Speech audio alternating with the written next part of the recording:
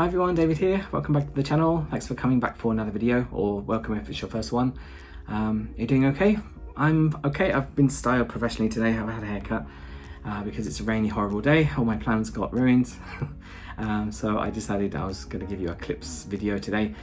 Of course, you know, this is David in Osaka. I keep talking about Osaka all the time. You're probably getting tired. Well, too bad. This is the go to another city. That's fine. I've already made my best 50 places to visit in Osaka. Definitely check that out. I made a short version as well, kind of short, of the best 10 to recommend. But today I thought I'd go off the beaten track a bit and talk about 7 places in Osaka Prefecture that you probably haven't been to. You might not even know about. They're probably not going to be on the top 10 lists anywhere. So here we are. I'm doing my public service and spread the tourist around everywhere. Okay, so that will be me. I'm going to do my little narration soon.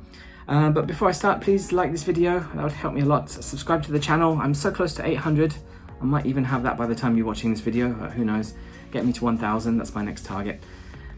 Leave a comment. Are there any other mysterious places in Osaka that you recommend that I haven't mentioned? I'd love to know them as well. Or have you been to the mall and you're just going boo at me? Whatever, that's fine. Please leave a comment. It all counts towards my engagement. And also share this channel to anyone who is visiting Osaka soon and they're a bit fussy about where they go. Maybe this will be perfect for them.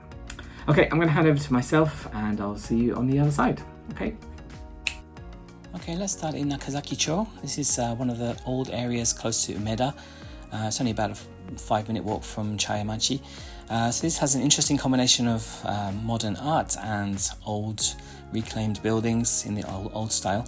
A lot of these buildings survived from before World War II and one of the few places in Osaka where the buildings survived. Nowadays it's been kind of repurposed as an artistic haven. There's a lot of kind of bohemian style cafes around everywhere, little hidden areas.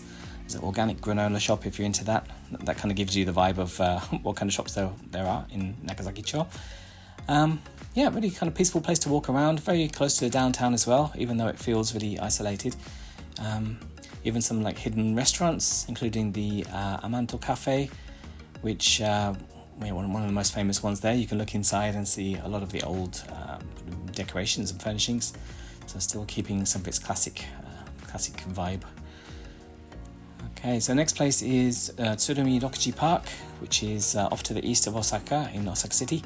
Very huge park, one of the hosts of the former Flower Expo. And on Sundays they have this kind of open air market, have a lot of food stands there. You can try all your trending Instagram foods. Of course, this is a big park too, rivaling the Banpaka Park in the north. So nice water features. There's all these pavilions representing the expo. This is the Dutch one, of course, giant windmill. You don't see many windmills in Osaka, but you can go there and enjoy the view. And of course they have seasonal flowers too. This area has kind of changing displays. So in this particular season, I'm not sure what kind of flower that is, but they've got tulips and other times of the year and so on. Of course the cherry blossoms are beautiful here too. I had a bit of a walk around. There's a whole video about this if you want to see that. So definitely check this out if the Expo Park is a bit too crowded for you.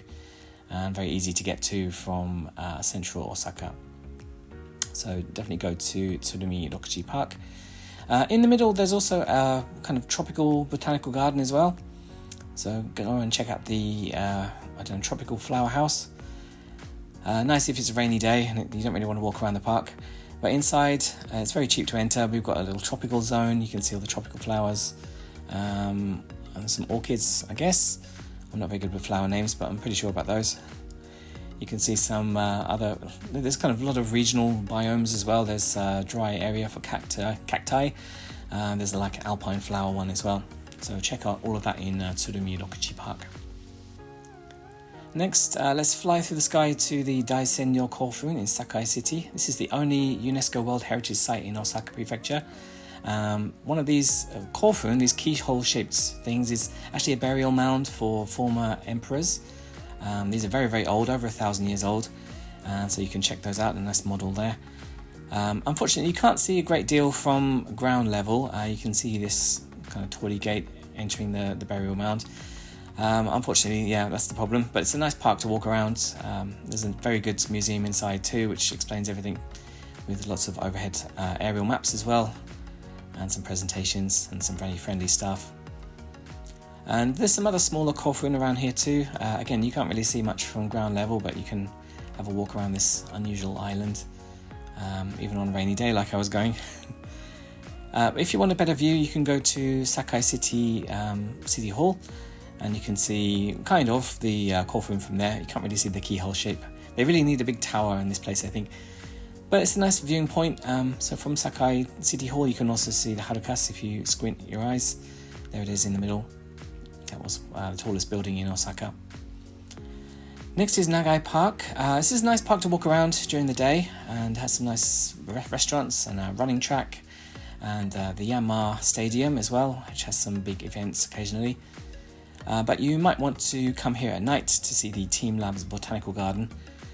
Team Labs is an art collective that has sites all over Japan and elsewhere, combining art and kind of visual and immersive soundscapes. The Botanical Garden has all these strange displays, like these glowing eggs, some light up forests. It's quite nice to walk around in the summer as well, if you don't mind the mosquitoes. Some more eggs you can walk around and touch. This is a very kind of interactive museum as well. Team Labs tend to be indoors. I recommend checking them out wherever you find them, but this outdoor one is quite unique. It's got those kind of wobbly hand things you get outside car dealerships. Very, very pretty, and there's a nice soundscape to go with it. Especially these movement sensitive block things. And just a general vibe. If you just want to take some Instagram pictures like everybody else, then that's fine. Either you can just enjoy the new agey sounds. I grew up in the kind of Enya generation, so that's why I like this, I guess. Okay, a bit further afield you can go to Ikeda City and join the Nishin Cup Noodle Museum. If you're lucky, Daiki will be there too. Inside you get a timeline of the cup noodle history, the complete history of all the different types. Nishin is one of the main manufacturers of cup noodles. You can see the history of the first ever cup noodles, which were born in Osaka prefecture, down south I think, in maybe Izumi City, and how the manufacturing process happens. You can even see noodles in space, apparently. But the main attraction here is to buy your own cup noodles, and you can colour in the packet yourself, and then they'll put it all together for you. Freshest instant noodles. There you go. The lady will put the things in the cup, and then you can turn the handle. There we go. Turn it around. Go Daiki. You can do it. So yeah, this is very interesting. You can get your very special souvenirs. You can decorate it how you like. And also you can choose your own toppings as well, which is very interesting. But don't put too much garlic in because it was gross when I did mine. So that's the Nishin Cup Noodle Museum. Very cheap as well. Okay, now in Takatsuki City there is the Haniwa Factory Park. Very tucked away. You need to take a bus from the station to get here. You can see all these ancient Haniwa kilns and some old, I think these were drying huts as well, old buildings where people used to live as well. Haniwa are these kind of ceramic icons, these idols. They were often put in burial mounds as well, or they represented things in daily life. Oh dear, that's large and in charge, that guy. You've got some horses too, some warriors. So very nice. These are just replicas, but very interesting. You can see a bit of free history there. And you can see the real thing inside the very small museum as well. See some real ones, and you can also see the excavation site where they find one of the old kilns for these ceramics. So go to Takatsuki if you can. And finally, the most interesting incineration plant you'll ever see in the world. This is in Maishima. This is the rather Willy Wonka-esque incineration plant. They just thought, well, why doesn't it have to be? Well, it can be beautiful if you want it to be. So there's all these rather unusually designed buildings. You can take a tour around as well if you book in advance. Wasn't really that interested in garbage incineration, but maybe you will. And yeah, you can check out this strange building. There's a few other buildings nearby as well, made by the same architect. I think he's a European architect, and I don't know, it feels like I'm in a Ghibli movie or something, like an illustration come to life. Imagine working here, you know. Are these the conference rooms? I'm not sure. So check out Maishima. It's a bit of a trek to get there, but there is also the Maishima Seaside Park there if you come during the spring. That's very nice for its flowers. And there we go.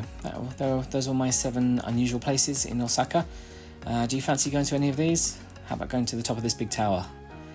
Yeah, let me know in the comments. Okay, thanks for watching all the way to the end. I appreciate that. So what did you think? Have you been to any of these places before? And what did you think about those? Please leave a comment about that. Are there any other places that I missed that you think are a bit more random? There's a couple on there. I didn't have a chance to go there, so I'll do those in a future video. But yeah, Osaka Prefecture is a pretty small prefecture really. I think it's one of the smallest in Japan. Of course, it's got a huge city in it, but even by area, there's a lot of kind of hidden treasures in there somewhere. So I recommend if you have a long stay in Osaka, then check some of those out if you're interested. Okay, that's enough for me today. So thank you for watching. Let me know what you want me to do next. If you're interested, excuse me, in the comments. Please like this video, subscribe, share, all that stuff. That would help me so much. Please do it. And okay, I'll see you next time. Take care. Bye bye.